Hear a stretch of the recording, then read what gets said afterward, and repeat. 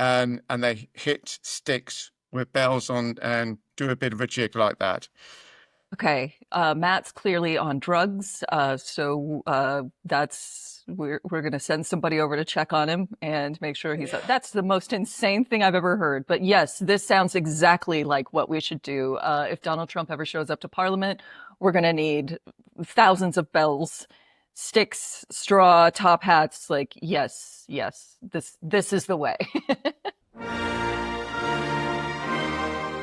Hello, everyone, and welcome to Washington to Westminster, the show that looks at government in two countries and says, wow, what a mess. I'm your host, Andrea Bridges-Smith, and with me here from the Interesting Times, it is Matt Johnston.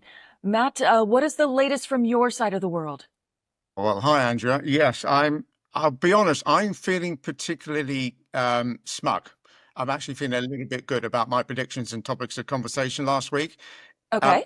do you remember we spoke about the UK weather, right? And then I Yes. mentioned a story about me catching the sun and getting rained on in the same day. According to our meteorologists, this extreme weather we're getting, something like 3 heat waves before we've even hit July, is going to be the new normal. And you'll forgive me, Andrew, I'm a little bit confused because didn't people like Donald Trump and Nigel Farage tell us it was, climate change was all a hoax? Yes, it was supposed to be a hoax, and yet the hoax keeps occurring mysteriously. Normally the climate change thing is pretty problematic for us. It usually just means that we here in Texas get outrageously hot weather instead of just very hot weather, and then all the plants die. But lately, climate change for us has meant we're having a ton of rain and actually cooler temperatures. Although I'm guessing that you and I probably have very different definitions of what constitutes a cooler temperature. Yeah, For yeah. example, it's it's been about 36 degrees Celsius here instead of like 40. So, Wow. Wow. yeah. I mean, yes, yes. We get yeah, we get we got 35, I think, the other week. Oh, And that was killer for us. Yes. As I'm sure has already been mentioned, most of our houses and hotels and stuff don't have air conditioning. So there is that. yes. So I appreciate, though, that our two climates are a case of tomatoes and fried tomatoes, really. You like that one? Yes, There we it's a go. good way to put it. So the other thing I mentioned last week, if I may, is that you guys have got the soccer World Cup coming to the States in 2026. And I said Yep. it would be interesting to see how the English fans reacted to Trump. Well, last Sunday, of course, in the World Club Soccer Championship at the MetLife Stadium in New Jersey. There we go. I like to say it like that. We got a bit of a taster as Donald Trump handed the trophy over to Chelsea, the victors, and a team out of West London, and got roundly booed.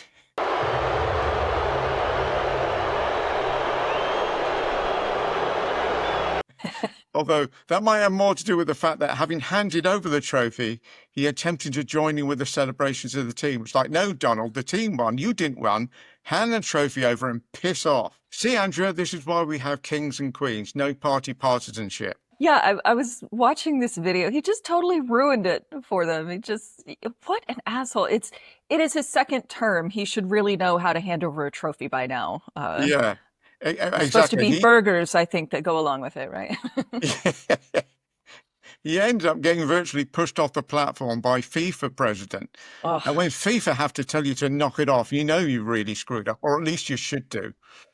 yes, they know a little something about corruption, don't they? Yeah. Sports out of our depth. Okay, Matt, I want to talk about some juicy gossip, if I may. Over Really? here, we would call it spilling the tea, but I appreciate that that might be a little triggering for you. Tea spitting, mate. Why would you do that? We're monsters. We've always been monsters. So first, I'll tell you the latest on this Jeffrey Epstein thing. Are you familiar with that case?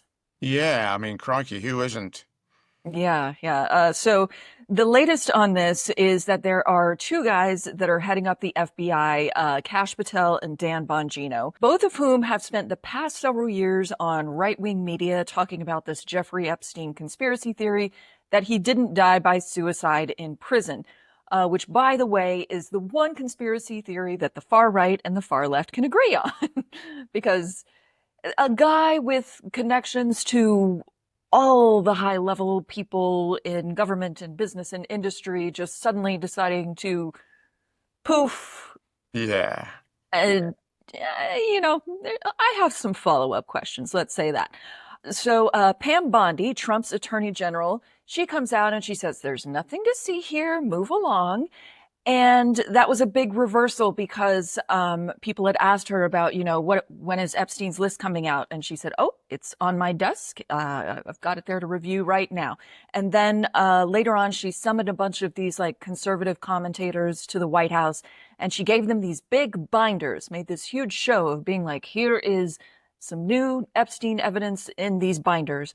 And then they were like, oh, this is great. And then they actually read through the binders and they're like, there's actually not really much new stuff in here. It's a bunch of stuff that we already knew already. And so people were like, come on, like, out with it. You keep Yes. saying there's something to this, and then she comes out all of a sudden and she's like, no, we looked and nothing. So yeah, okay. And everybody was like, wait a minute, because they've literally been talking about this for years, right? Like forever. She comes out and she says this, and Kash Patel and Dan Bongino, they have to back her up on this. They have to say, yep, yeah, what she said. It's crazy how they talked about this for so many years and really amped up this conspiracy theory. And Trump did too. And then all of a sudden, just like, nope, never mind. And everyone is supposed to move on. Oh, well, by the way, before you get any further, can I just say I love the fact you have somebody heading up the FBI called Dan Bongino. It always reminds me of the song, Bongino, Bongino,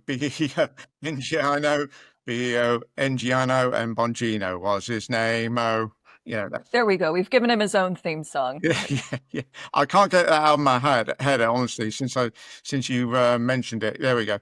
So what we're saying anyway, with Pam Bondi is saying that the evidence just disappeared. Or they lied about it existing in the first place. So they either lied before about the evidence existing and them saying they were going to put it out, or they're lying now and saying that it doesn't exist when it actually does. And either way, it's not a very good look for them.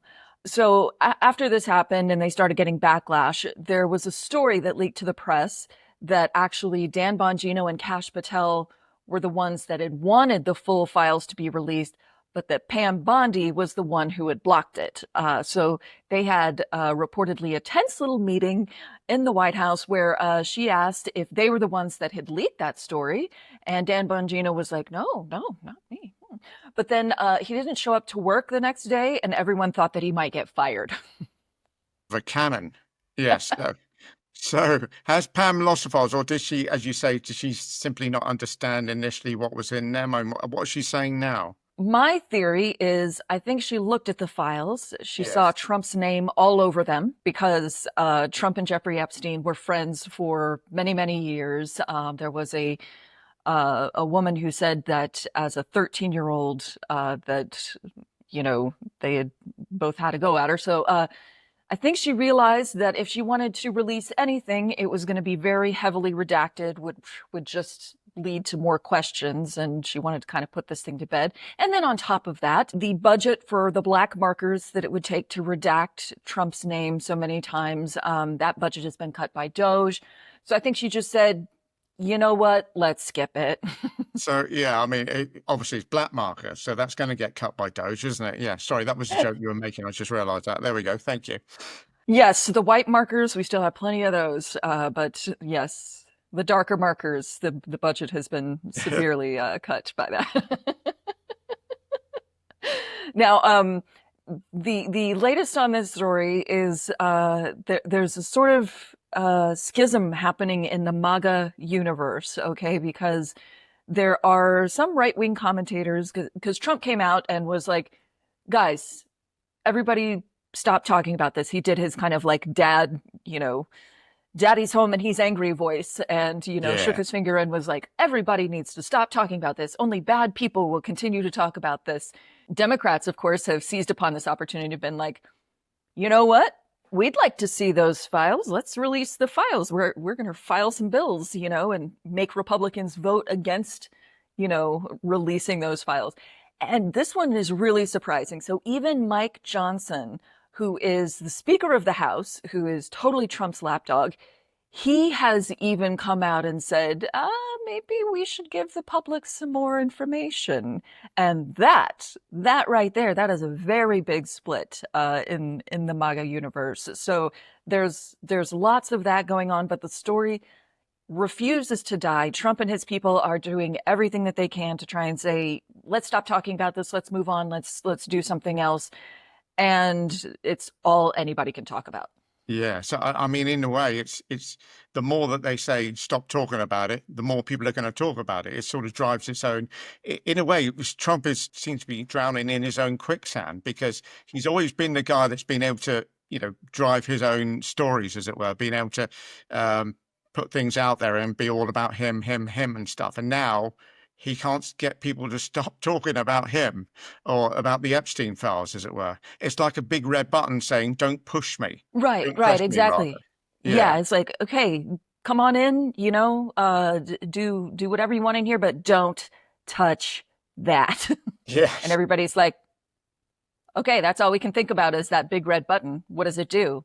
Where does it go to? What will happen if we push it? Yeah, just stay in this entirely empty room with nothing else happening except that big red button in the corner, and don't push the big red button. And Exactly, I can't tell you any more than that or what would happen, but I'll just tell you not to do it, please. Thank you.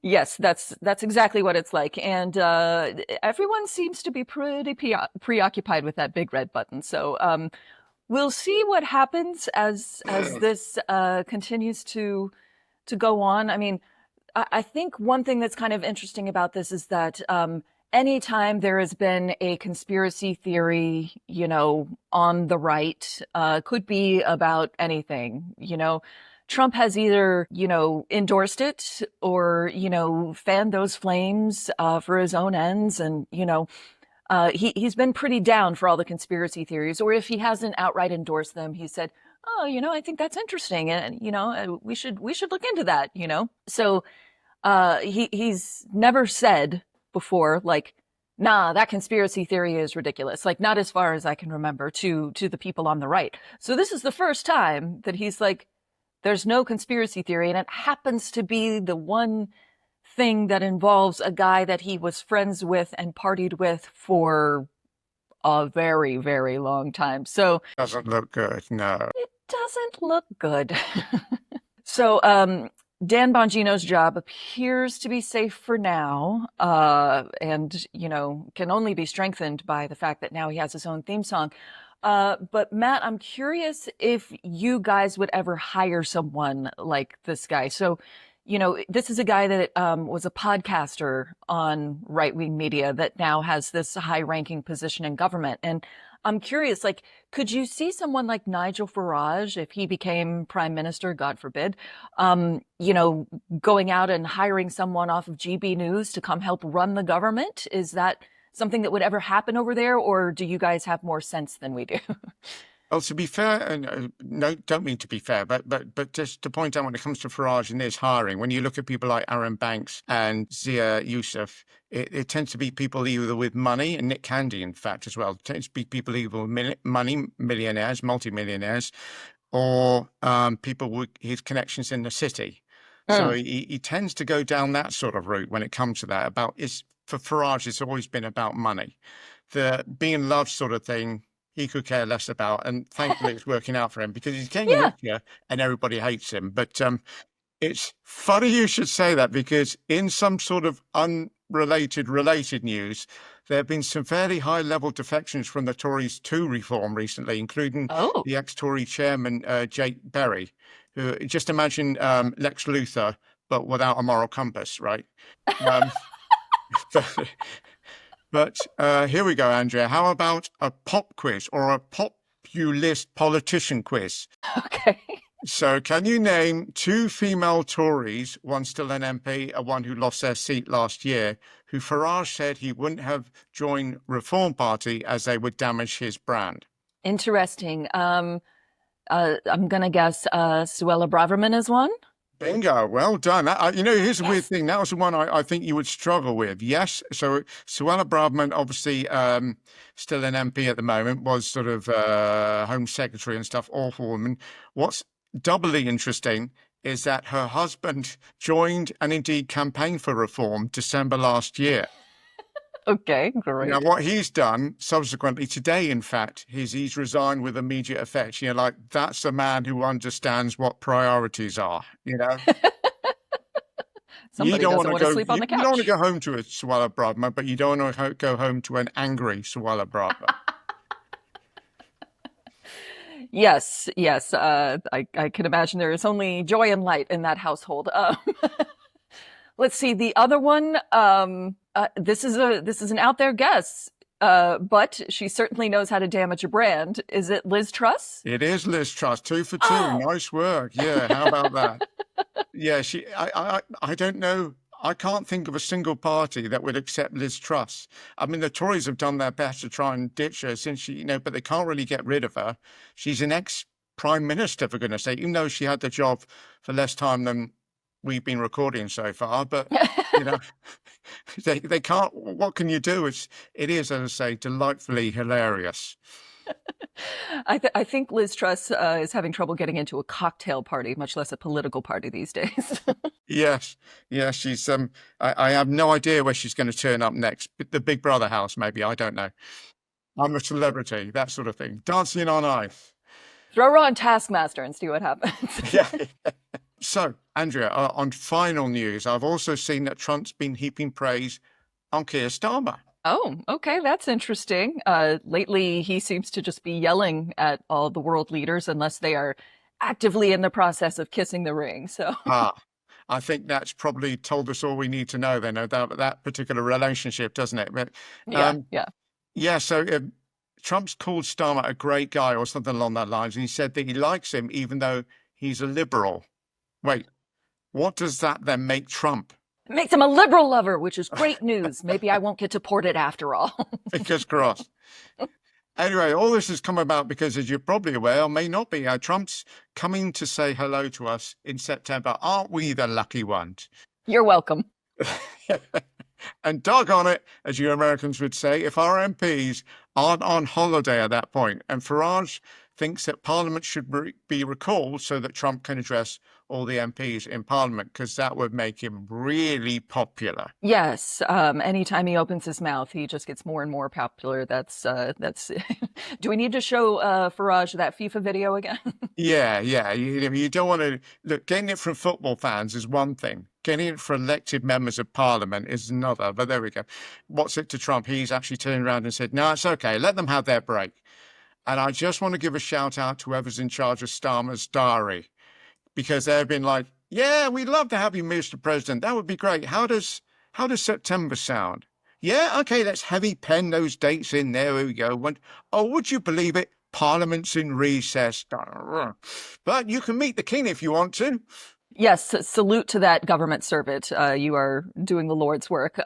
Although I think actually it might be better to have him come in January when it's like peak cold and rainy season and just burn all the umbrellas in the country the week before.